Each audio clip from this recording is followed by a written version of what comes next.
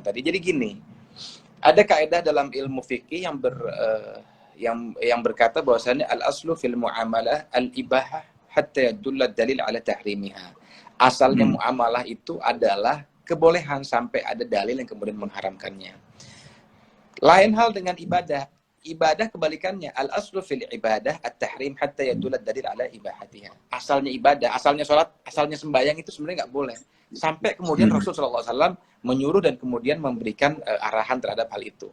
Lah kalau muamalah itu kan bebas, ya bebas dalam arti kata sesuai dengan koridor syariah yang sudah dituliskan oleh para ulama terdahulu dan juga disarikan dan diintisarikan di ulama-ulama terkini atau ulama salaf dan juga khalaf.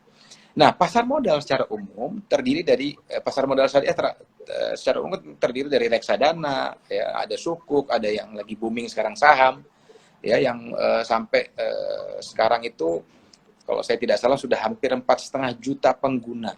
Jadi walaupun masih sedikit tapi kenaikannya cukup eksponensial.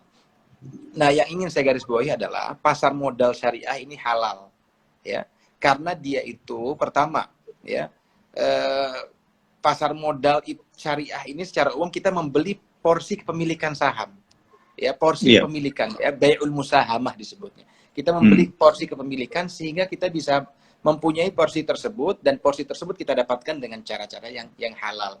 Uangnya dari kita, ya, kemudian mereka juga memegang porsi kepemilikan tersebut dijual dengan kepada kita juga dengan dalam keadaan memang itu miliknya mereka dan lain sebagainya yang nanti juga kita akan jelaskan satu persatu. Akan tetapi secara umum pasar modal syariah itu halal. Dan yang terpenting lagi ada yang namanya ahli syariah pasar modal yang kemudian menyoroti. Belum lagi OJK, nih Pak Musa ada di OJK sekarang nih kan. Belum lagi ada Dewan Syariah Nasional MUI yang sudah mengeluarkan lebih dari 20 fatwa tentang pasar modal syariah. Ya. Mungkin hampir 25 fatwa sampai saat ini, terakhir kalau nggak salah fatwa DSN MUI nomor 138.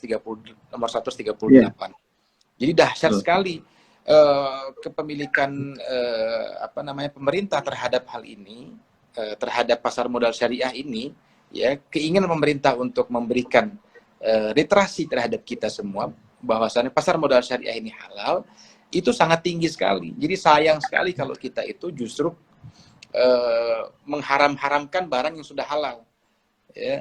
Barang depan mata halal tapi kita haram-haram, ini haram, ini haram. Apa dasarnya kita mengharamkan itu?